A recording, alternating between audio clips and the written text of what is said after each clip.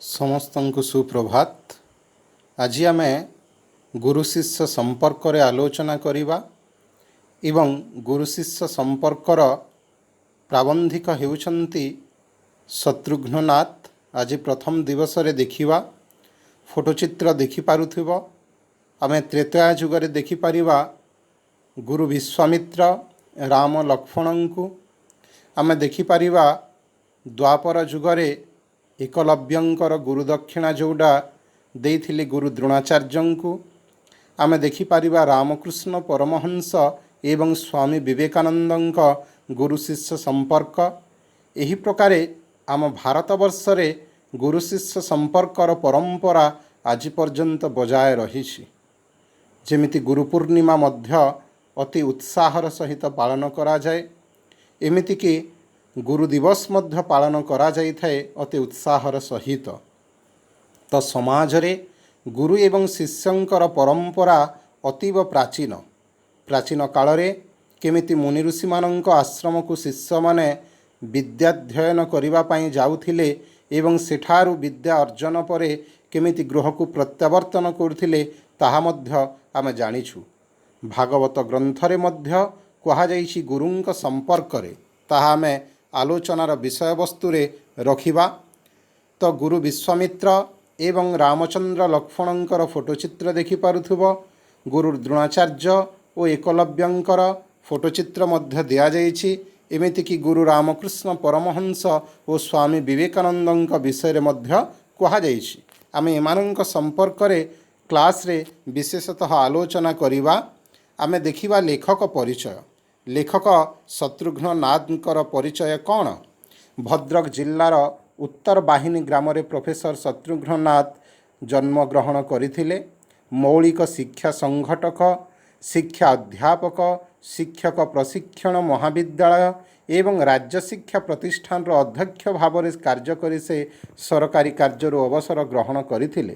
ଶିକ୍ଷା ପ୍ରଶାସକ ଓ ଚିନ୍ତାମୂଳକ ପ୍ରବନ୍ଧ ଲେଖକ ଭାବରେ ପ୍ରଫେସର ନାଥ ପ୍ରସିଦ୍ଧ ଅର୍ଜନ କରିଛନ୍ତି। ତାଙ୍କ ଲିଖିତ ପୁସ୍ତକମାନଙ୍କ ମଧ୍ୟରେ ଜଗତରେ ଭାରତ, ପିଲାଙ୍କ ବିଲାତ କଥା, ଆମ ଭାଷା ବିଭବ, ବିଶ୍ୱ ଓ ବ୍ୟକ୍ତି, ଶିକ୍ଷାର ଧାରା, ଜୀବନ ଶିକ୍ଷା ପ୍ରଭୃତି ପ୍ରଧାନ। ଚରାଚର ହିତାୟ ପୁସ୍ତକଟି ପ୍ରଫେସର ନାଥଙ୍କ ଆତ୍ମଜୀବନୀ। ଏହି ପ୍ରବନ୍ଧଟି ଲେଖକଙ୍କର ଜୀବନ ଶିକ୍ଷା ପୁସ୍ତକରୁ ଗୃହୀତ। ଆମେ ଯେଉଁ ପଢ଼ୁଛୁ ଗୁରୁ ଶିଷ୍ୟ ସମ୍ପର୍କ ପ୍ରବନ୍ଧ, ତାଙ୍କର ଜୀବନ ଶିକ୍ଷା ପୁସ୍ତକର କିଛି ଅଂଶ। ଗୁରୁ ଓ ଶିଷ୍ୟଙ୍କ ମଧ୍ୟରେ ଉତ୍ତମ ସମ୍ପର୍କର ଗୁରୁତ୍ୱ ଏବଂ ବର୍ତ୍ତମାନ ସମୟରେ ଏହି ସମ୍ପର୍କର ଆବଶ୍ୟକତା ଓ ମହତ୍ତ୍ୱ ସମ୍ବନ୍ଧରେ ଏହି ପ୍ରବନ୍ଧରେ ଆଲୋକପାତ କରାଯାଇଛି। ଆମେ ପ୍ରବନ୍ଧଟି ଦେଖିବା। ସମସ୍ତଙ୍କ ପାଖରେ ବହି ଥିବ, ବହି ଦେଖିବ। ପ୍ରଥମ ପର୍ଯ୍ୟାୟରେ ଯେଉଁ ମୁଁ କହୁଥିଲି ଗୁରୁଙ୍କୁ ନ ମଣିବ ନର ଗୁରୁ ହିଁ ସାକ୍ଷାତ ଈଶ୍ୱର। ଭାଗବତ ଗ୍ରନ୍ଥରେ ଯେଉଁ କଥା କହୁଛନ୍ତି ଜଗନ୍ନାଥ ଦାସ, ତାହା ପ୍ରକୃତରେ ସର୍ବୋତ୍ତମ ହୋଇଛି ବା ପରମ ସତ୍ୟ। ଏହି ଭାବ, ଭାବନା ଓ ଭାବମୂର୍ତ୍ତି ବସ୍ତୁତଃ ପୁରାଣ ଯୁଗର। ଗୁରୁକୁଳ ଶିକ୍ଷାର ଏହା ପ୍ରାଣ ସ୍ୱରୂପ। ସେ ଯୁଗରେ ଗୁରୁ ସାକ୍ଷାତ ପରମ ବ୍ରହ୍ମ। ତୁମେ ଶୁଣିଥିବ ଗୁରୁ ବ୍ରହ୍ମା ଗୁରୁ ବିଷ୍ଣୁ ଗୁରୁଦେବ ମହେଶ୍ୱର ଗୁରୁ ସାକ୍ଷାତ ପରମ ବ୍ରହ୍ମ ତସ୍ମୈ ଶ୍ରୀ ଗୁରବେ ନମଃ। ଏହି ଦର୍ଶନରେ ଶିଷ୍ୟ ନତମସ୍ତକ ହୁଏ। ଏହି ସମ୍ପର୍କର ସାଧନା ଶାଣିତ, ଜ୍ଞାନଦୀପ୍ତ ଓ ଜୀବନ ଆଧାରିତ।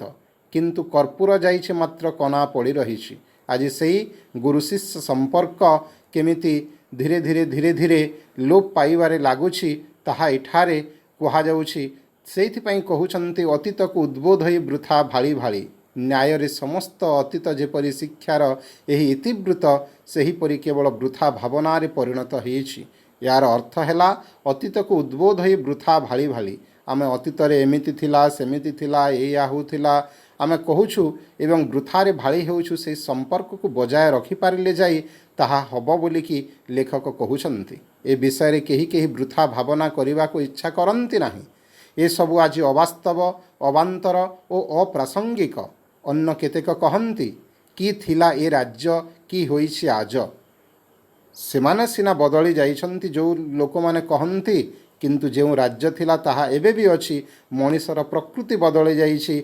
मनीष निजे समय अनुसार परिवर्तन निजे हो जाउछि, नहले समय बदलु नाही, नहले प्रकृति बदलु नाही। जेमिति ऋतु बदलवार दृश्य थिला, जेमिति फूल फुटिवार दृश्य थिला, सबु अछि। मनीष तार जीवन धारा को बदलाई देउछि।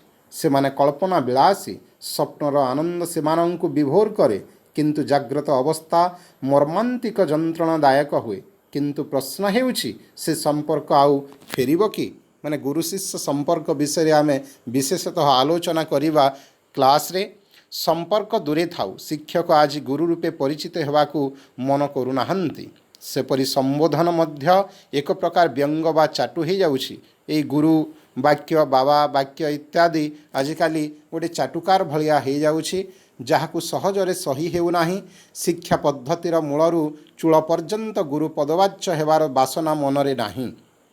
शिष्यर शब्दर सही अर्थ आज अभिधान बहिर्भूत परि मने हुए। छात्र आज शासन विरोध में विद्रोही और विप्लवी। आज केमिति छात्र शासन विरोध में विद्रोही विप्लवी से संपर्क में मध्य खूब आलोचना होउछि। शासन संभवतः अप्रासंगिक और प्रगतिर परिपंथी। उद्दाम और उन्मुख शक्ति यही श्रृंखलार श्वासरुद्ध। तेणु यह शिष्यर प्राण परिचायक हेब किपरि? लेखक एठारे प्रश्न करुचंती, कोउटा प्रकृत रे शिष्यर प्राणर परिचायक हेब? पक्षांतर रे गुरु शिष्य शब्द आज अभिधान रे, अभिधान कहले डिक्शनरी जोटा रूपांतरित होई अछि। सठता जोटा ठक भंडामी चली, संकीर्णता, स्वार्थंधता, स्वार्थरे अंध, हिंसा, हुंकार आदि आचरण रे गुरु और शिष्य भूमिका ग्रहण करिसंती। वर्तमान समाजर कथा एठारे उल्लेख करुचंती प्रोफेसर शत्रुघ्ननाथ। कहउछंती कालर गति मूल्यबोधर अवक्षय घटिछि। यह फल रूपांतरीकरण होई अछि, किंतु परिवर्तित भूमिकार मध्य मूल प्रकृति दुईटी विभाग रे बा दुईटी दिगरे अतुट रहिछि। ताहा हेउछि संपर्क रे अभेदत्व, अर्थात जे गुरु से शिष्य, जे शिष्य से गुरु। यह छड़ा द्वितीय दिग हेउछि शिष्यात् इच्छेत् पराजयम। शिष्यंकठारे गुरु सबुबले पराजय वरण करती। यही प्रकार एक मनोभाव पोषण करी गुरु शिष्य परंपरा को बजाय रखा हेब। यह सत्वे एक कथा सत्य जे कोनोसी देशर गौरव से देशर लोकचरित्र उपर निर्भर करे। तद्वारा देश बलियान हुए। लोकमानंक चरित्र और जीवनर गुण शक्तिर मुख्य उत्स अटे। जातिर जयगाथार मूलपिंड हेउछि जीवन। अथच यही जीवनर निर्माण विद्यालय रे करा जाए। जीवन प्रभावित हुए। जीवनर सौधर मूलभित्ति शिक्षालय रे पड़ी थाए। चरित्र गठनर सेठू विधिबद्ध भाव हुए। पुणी शिक्षक हुअन्ति विद्यालय शिक्षायतन को सत्य, शिव और सुंदर करिवारे शिक्षक ही मुख्यतः दायी। यही नीतिसेना गुरुकुलर शिक्षा को परिचालित करिथिला, किंतु आजिर जटिल समाज रे यार आवश्यकता अधिक। देख यही पाराग्राफ रे कहउछन्ति प्राबंधिक प्रोफेसर नाथ जे प्रकृत रे गोटे देशर मेरुदंड गुरु एवं शिष्यंकर उपरे निर्भर करे एवं गुरु पालटि जाती शिक्षालय बा विद्यालय एवं से विद्यालय रे सत्य शिव सुंदर आराधना करा जाए एवं गुरु शिष्य को सही रूप से गढ़ती। शिक्षकंकर गुरुत्व संबंध रे कहा जाए जे पितामाता जन्म दियंती सत, किंतु जन्मदान संपर्क रे तांकर कर्तव्य एतिक मात्र। घातक खंडारे प्राण नियंती और तांको कार्य सेतिक रेसरे, किंतु शिक्षकंक शिक्षा चिरंतन। जहाँ जीवन व्यापी कोटि कोटि प्राण को शिक्षक प्रभावित करती। तांको प्रभाव अनंत। विद्या जेमिति अनंत कदापि सरे नाही। विद्या प्रकृत रे अनंत एवं ताहा अपर्याप्त, सेमिति गुरु मध्य अनंत एवं तांको भितरे अपर्याप्त ज्ञान रही थाए। यह केबे सरे नाही बा काहाकू देवारे गुरु मध्य संकीर्णता करती नाही। यह कालातीत कालरू काल पर्यंत जय करी जाए एवं यह काललिपि को प्रभावित करे। यही कालजयी प्रभाव विषय शिक्षायतन सचेतनता एकांत आवश्यक। यार ज्योति चिर जाज्वल्यमान दीपरु दीप जली जली जाए, यह किंतु क्षीण हुए नाही, बरं निजे जली जली जाए। एहीपरि विरल आत्मत्यागर दृष्टांत शिक्षा और सेवा क्षेत्रକୁ ବହୁଳ ଭାବରେ ରୁଦ୍ଧିମନ୍ତ କରିଛି। ପଠନ ଓ ପାଠନର ସତ୍ୟନିଷ୍ଠ ସାଧନା ଶିକ୍ଷାର ଇତିହାସକୁ ମହିମାନ୍ୱିତ କରିଛି।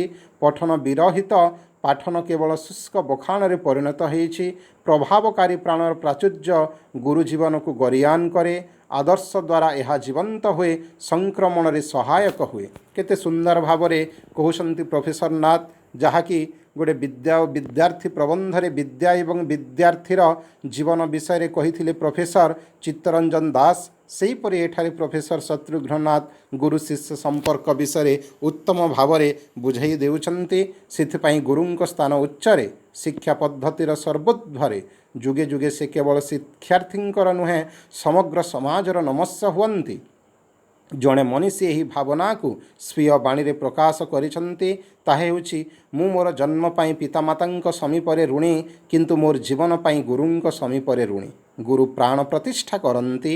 ଶ୍ରେଣୀ କୋଠରୀ ନ ଥାଇପାରେ, ଉପକରଣ ନ ଥାଉ, ଆଡ଼ମ୍ବର ଦୂରେ ଥାଉ, ସେ ହିଁ ସବୁ ଗୁରୁଙ୍କର ମାତ୍ର ପଦଟିଏ କଥା ଶିଷ୍ୟମାନଙ୍କର କୋଟି କୋଟି ପ୍ରାଣରେ, କୋଟି କୋଟି ରୂପରେ ଉଦ୍ଭାସିତ ହୁଏ।